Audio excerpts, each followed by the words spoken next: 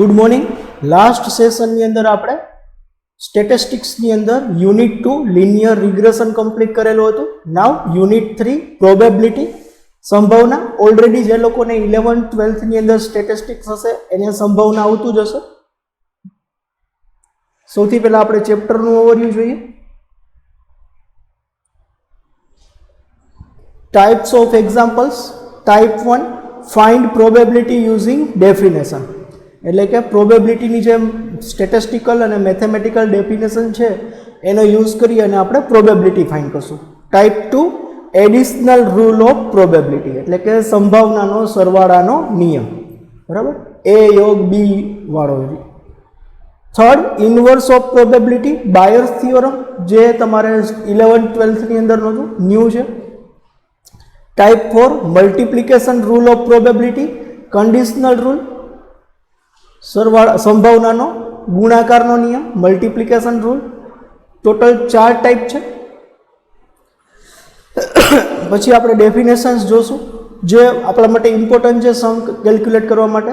કઈ કઈ definition important છે કે random experiment, sample space, events, conditional events, union of two events, difference of two events, mutually exclusive events, equally likely event, independent event, dependent event, favorable cases and mutually exclusive and exclusive events. આટલી આપણે theory જોવાની છે. Start કરીએ આપણી theory. First, random experiment. An experiment in which we cannot predict exactly which outcome will occur even though we have information about all possible outcome is called random experiment. એટલે કે આપણે અગાઉથી result ખબર છે કે આ જ રિઝલ્ટ આવશે, પણ ખરેખર કયું રિઝલ્ટ આવશે વી ડોન્ટ નો. સે ફોર એક્ઝામ્પલ કે આપણે પાસો ઉછાળતા હોઈએ, ડાઇસ થ્રો કરતા હોઈએ તો એના રિઝલ્ટ કેટલા હોઈ શકે? આઈધર 1 આવી શકે, 2 આવી શકે, 3 આવી શકે, 4 આવી શકે ઓર 5 આવી શકે. આપણે ખબર છે કે 1 થી લઈ અને 6 વચ્ચેનો કોઈ પણ નંબર્સ ડાઇસ ઉપર આવશે, પણ એક્ઝેક્ટલી કયો નંબર્સ આવશે એ આપણે ખબર નથી.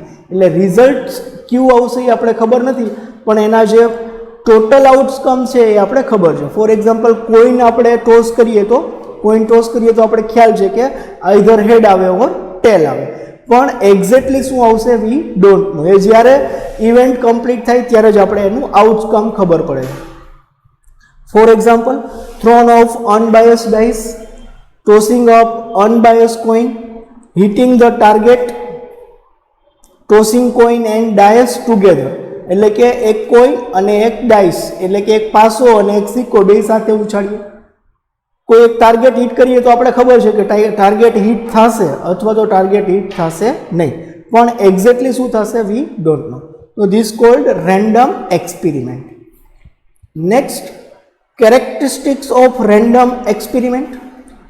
અ random experiment can be repeated under similar condition. For example, આપણે એક પાસો ઉછાળ્યો તો સેમ પાસો આપણે બીજી વખત પણ ઉછાળી શકીએ, વારંવાર એનું રિપીટેશન થઈ શકે. કોઈને આપણે ઉછાડીએ તો આનો આપણે વારંવાર રિપીટેશન થઈ શકે. તો સિમિલર કન્ડિશનની અંદર એનું રિપીટેશન થઈ શકે છે. All possible outcome of random experiment can B describe earlier. એના રિઝલ્ટ્સ ટોટલ આપણે અગાઉથી ખબર હોય છે ક્યાં રિઝલ્ટ આવશે. ફોર એક્ઝામ્પલ, હમણાં જ આપણે વાત કરી કે ડાઇસ થ્રો કરીએ તો એના રિઝલ્ટ આપણે ખબર છે કે ડાઇસ ઉપર 1 થી લઈ અને 6 સુધીનો કોઈ પણ નંબર આવી શકે. એટલે કે એના ટોટલ રિઝલ્ટ આપણે અગાઉથી ખબર છે, પણ એક્ઝેક્ટ રિઝલ્ટ ક્યાં આવશે એ આપણે ખબર નથી. A definite outcome take place at the end of experiment, એટલે કે જ્યારે એક્સપેરિમેન્ટ કમ્પ્લીટ થશે ત્યારે એનું રિઝલ્ટ ડિફાઇનાઇટ, એટલે કે આપણે ડિફાઇન કરી શકશું. ફોર એક્ઝામ્પલ, ડ્રાઇસ થ્રોન કરીએ તો ઉપર 3 આવ્યા અથવા તો 4 આવ્યા, એવું બની શકે 8 આવે? નો, નોટ પોસિબલ. બરાબર, 1 થી લઈ અને 6 સુધી કોઈ પણ એક નંબર આવી શકે. કોઈન થ્રો કરીએ તો આઈધર હેડ આવે ઓર ટેલ આવે, કોઈનનું રિઝલ્ટ આપણે મળી જશે. એટલે એનું જે રિઝલ્ટ છે એ ડિફાઇનાઇટ હોય છે. It can not be predict exactly which outcome will occur out of the possible outcome of experiment. આપણે પ્રિડિક્ટ કરી શકતા નથી કે આ જ રિઝલ્ટ આવશે. આપણે રિઝલ્ટ અગાઉથી ખબર છે પણ એનું પ્રિડિક્શન થઈ શકતું નથી.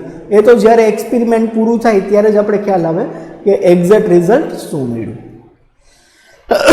Second definition, sample space. Set of all possible outcome of random experiment is called sample space. જે આપણે રેન્ડમ એક્સપેરિમેન્ટ કરેલું છે એના જે આઉટકમ્સ થશે, એના જે રિઝલ્ટ્સ મળશે એ ઓલ પોસિબલ રિઝલ્ટના સેટને શું કહેવાય? Sample space. It is denoted by S or U. એને એસ અથવા તો યુ વડે દર્શાવવામાં આવે છે. There are two types of sample space. First one, finite sample space. Second one, infinite sample space. Name જ કહી દે છે. ફાઇનાઇટ એટલે કે જે આપણે કેલ્ક્યુલેટ થઈ શકે એવા, અને ઇન્ફાઇનાઇટ એટલે જેની કેલ્ક્યુલેશન પોસિબલ નથી એવા.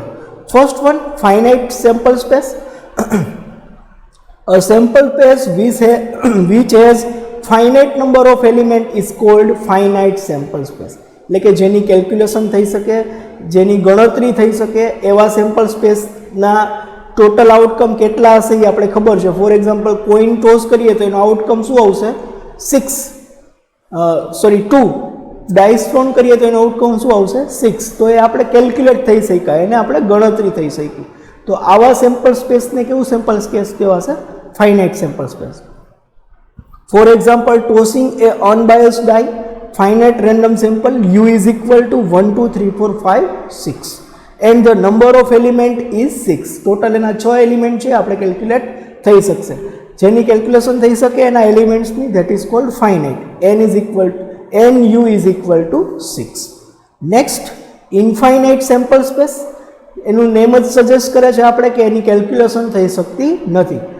A sample space which has infinite number of element is called the infinite sample space. બરાબર, એને આપણે નંબર્સની અંદર કન્વર્ટ કરી શકતા નથી. For example, a coin toss until the head appear. એટલે કે કોઈ એક સિક્કો ઉછાળવામાં આવે છે જ્યાં સુધી હેડ ન મળે ત્યાં સુધી. તો એવું બની શકે કે પહેલી જ વખત હેડ મળી છે, પહેલી વખતે ટેલ મળે, સેકન્ડ ટાઈમ હેડ મળે, first time tail, second time tail, third time head, first 2 3 tail, next head, 4 time tail, next head. એટલે એ પોસિબલ નથી કે ક્યારે મળી શકે. બરાબર. For example, n number of time tail મળશે અને લાસ્ટમાં હેડ મળશે, તો ઇટ ઇઝ નોટ ફાઇનાઇટ. એની આપણે કેલ્ક્યુલેશન કરી શકતા નથી. તો આવા સેમ્પલ સ્પેસને કેવું સેમ્પલ સ્પેસ કહેવામાં આવશે? Infinite sample space. એના નંબરને આપણે કેલ્ક્યુલેટ કરી શકતા નથી. Number of element is infinite. Next one, events. Any subset of sample space of a random experiment is called an event. એટલે કે રેન્ડમ એક્સપેરિમેન્ટના કોઈ પણ સબસેટ એટલે કે એના ઉપગણને ઇવેન્ટ કહેવામાં આવે છે. Event is denoted by capital A or B or C. એટલે કે એને કેપિટલ ABCD વડે દર્શાવવામાં આવે છે. A sample space of random experiment of tossing up of cubic die is u is equal to 1 2 3 4 5 6. This is finite sample space. આપણે earlier વાત થઈ ગઈ કે કોઈ પણ એક ડાઇસ થ્રોન કરીએ તો એના સેમ્પલ સ્પેસ ક્યાં હોઈ શકે? તો કે u is equal to 1 થી લઈ અને 6 સુધી. હવે આપણે એની ઇવેન્ટની વાત કરીએ. ફોર એક્ઝામ્પલ, ડાઇસ ઉપર ઇવન નંબર મળે, એને આપણે કોઈ એક ઇવેન્ટ કહીએ. An event that number appearing on die is odd number, or event that number appearing on die is even number. એટલે કે ઓડ નંબર મળે એને આપણે એક ઇવેન્ટ કીધી, ઇવન નંબર મળે એને આપણે એક ઇવેન્ટ કીધી. તો આપણે એને ઓડ નંબરને ફોર એક્ઝામ્પલ એ વડે ડિનોટ કરીએ છીએ અને ઇવન નંબરને આપણે બી વડે ડિનોટેડ કરીએ છીએ. તો એ ઇઝ ઇક્વલ ટુ શું થશે? ઓડ નંબર 1 2 3 4 5 6 માંથી ઓડ 1 3 5. Same way even 2 4 6. તો એ અને બી એ શું થશે? ઇવેન્ટ થશે. Next, complementary event. If S is finite sample space, A is any event, the set formed by all such element of S which are not element of A is called complementary event of A. એટલે કે for example કે કોઈ એક sample space છે, એની અંદર કોઈ એક event A છે તો એ સિવાયના કોઈ પણ સેમ્પલ સ્પેસ એને કેવી ઇવેન્ટ કહેવાશે? Complementary event. And it is denoted by A dash or A bar or AC. Event A dash means the event A do not occur. એ ઘટના એ બનતી નથી, એને કેવી ઘટના કહેવાશે? Complementary event. બરાબર. For example, if S is equal to 1 2 3 4 5 6 and A is equal to 4 5 6, the A dash means જે S માં A સિવાયનું, S માં શું છે? 1 2 3 4 5 6, A is equal to શું છે? 4 5 6. તો A સિવાયના ક્યાં થશે? 1 2 3, that means A dash. તો that is પૂરક ઘટના, એને આપણે ગુજરાતીમાં પૂરક ઘટના કહીએ. This is complementary event, એટલે કે A dash 1 2 3. This information is very important for us. A intersect A dash is equal to none. એટલે કે A ઇન્ટરસેક્ટ A ડેશ કરીએ તો એનો આન્સર કેવો મળશે? નન. જોઈ શકીએ ઇન્ટરસેક્ટ એટલે કે બેયમાં સરખા હોય એવા. આપણે નેક્સ્ટ આવશે બેયમાં સરખા હોય એવા. A is equal two 4 5 6, A dash is equal to 1 2 3. બંનેમાં સરખા કે કોઈ પણ નથી એટલે null. A union A dash is equal two S, એટલે કે ઘટના A, ઇવેન્ટ A અને ઇવેન્ટ A ડેશના દરેક યુનિટ લઈએ તો એ S જેટલા થઈ જાય. For example, A is equal two 4 5 6, A dash is equal to 1 2 3, તો 1 2 3 4 5 6 ઇઝ ઇક્વલ ટુ S. તો A union A dash is equal two S always. Here જે નીચે ગ્રાફ છે એની અંદર પણ આપણે A ડેશ કઈ રીતે મળે એ આપેલું છે. ફોર એક્ઝામ્પલ કે આ જે રેક્ટેંગલ છે એને આપણે S કહીએ, વચ્ચે જે રાઉન્ડ છે એને આપણે A કહેશું. તો A સિવાયના, that means A dash, that is complementary event. Second, union of two events, યોગગણ જેને તમે ગુજરાતીમાં કહો છો. If S is finite sample space, A and B are any two events, the set formed by all such element of S which are favorable to occurrence of event A. એટલે કે event A બનતી હોય ઓર occurrence of event B, એટલે કે event B બનતી હોય ઓર occurrence of event A and B, એટલે કે A અને B બંને સાથે બનતી હોય તો એવી ઇવેન્ટ્સને કેવી ઇવેન્ટ્સ કહેવાશે? A union B. પાછું રિપીટ કરું છું, આઈધર ઇવેન્ટ A અકર થાય ઓર ઇવેન્ટ B અકર થાય ઓર ઇવેન્ટ A અને B બે ટુગેધર અકર થાય તો એવી ઇવેન્ટને કેવી ઇવેન્ટ કહેવાશે? Union of two events. Simple. It is denoted by A union B, એટલે કે એને A યોગ B વડે દર્શાવવામાં આવે છે.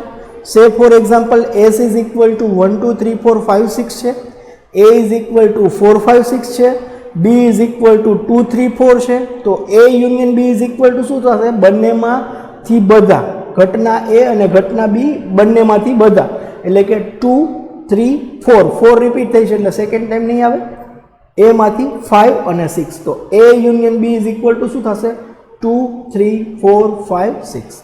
નીચે ગ્રાફમાં પણ this is event A first round, second round is event B and middle part is A and B together, એટલે કે જે બ્લેક માર્ક કરેલું છે એ બધું A યુનિયન B થશે.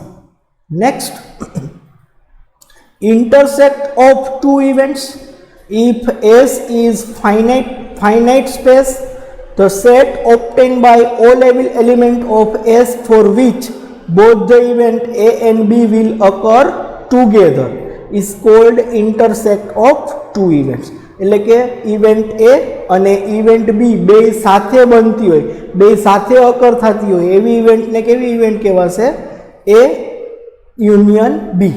It is denoted by A union B, એટલે કે A છેદ B વડે દર્શાવાય છે.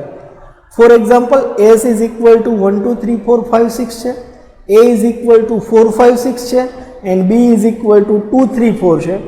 તો A intersect B is equal two શું થશે? બંનેમાંથી સરખા હોય એવા. 4 બેમાં સરખા છે, 5 નથી, 6 નથી, 3 નથી, 4 નથી. તો A intersect B is equal two શું થશે 2. નીચે ગ્રાફમાં જોઈએ તો ફર્સ્ટ રાઉન્ડ છે એ A છે, સેકન્ડ રાઉન્ડ છે એ B છે, બે સાથે બનતા હોય એટલે કે જે વચ્ચેનો મિડલ પાર્ટ આપેલો છે બ્લેક એ A ઇન્ટરસેક્ટ B થશે. Next, difference of two events. S is finite space. A and B are any two events. A set performed by all such element of S which are favorable to occurrence of event A. This is very important for us.